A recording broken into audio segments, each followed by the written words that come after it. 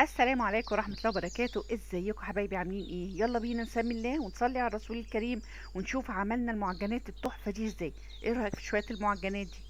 والله خفيفة، بنبقوا مستنيين الأكلة دي من جمالها. جميلة جدا وتحفة. معايا هنا دقيق. طبعا احنا الدقيق بتاعنا مفيش، ما عندناش مقادير، يعني دقيق وخميرة وسكر وملح وخل. دي كل مكونات العجينة بتاعتنا النهاردة، مش حاطين اي حاجة تانية، ولا لبن ولا بيض ولا اي حاجة خالص. هنقلب هنا المكونات الجافة شوية لحد الخميرة بتاعتنا بس ما يعني تفاعلت كده شوية، وبعدين هنحطها.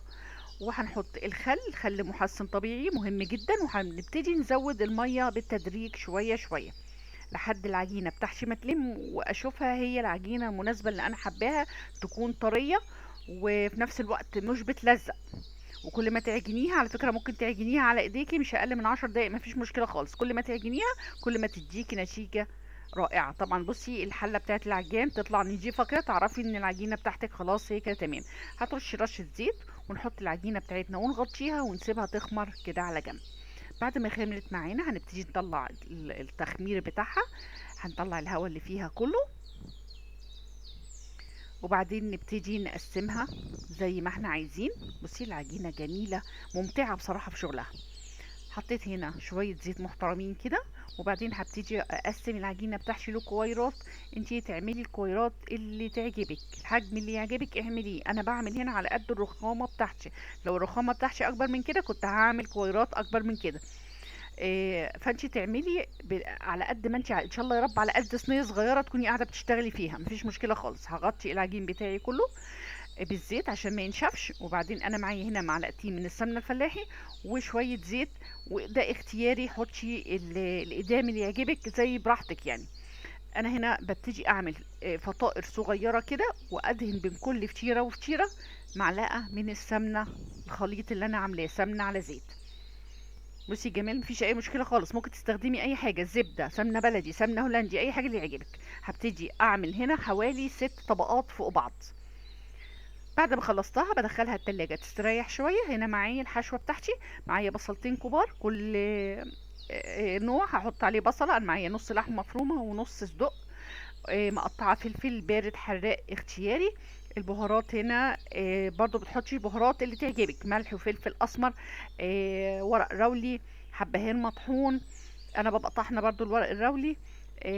بهارات لحمه، بهارات فراخ، الحاجه اللي بتحبيها حطيها، مفيش مشكله خالص. بس الخلطة بتاعتي بتستوى هنا. انا بطلع بقى، ده كان خلاص هنا كان ارتاحت العجينة في التلاجة وبقت لينة جدا جدا. بصي بفردها بايدي، مش محتاجة حاجة خلاص، انا كده بفردها بتقطعها بايدي، مش محتاجة اي نشابة ولا اي حاجة. تعملي بقى كبير تعملي صغير زي ما يعجبك بتقطعي. ده كان بيفي انا كنت عاملاه برضو في البيت. دي حشوة تالتة يعني. وبحط شوية جبنة موتزاريلا، عايزة تحطي زيتون تحطي جبنة تركي اللي يعجبك يعني. هبتدي اقطع العجينة بتاعتي بالشكل ده، ما اوصلش التقطيع لحد الاخر، بسيب مسافة كده.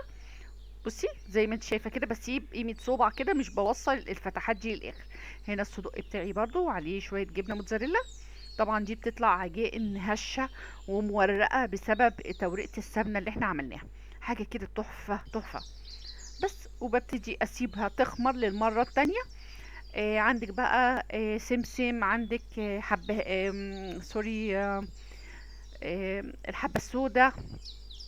اي حاجة تحبي تحطيها على الوش حطيها، مفيش مشكلة خالص. حبة البركة، الحبة السوداء دي اللي هي حبة البركة. بصي هتشتغلي اسرع، اعملي كل العجينة كده وبعدين ابتدي وزعي الحشوة بتاعتك مرة واحدة.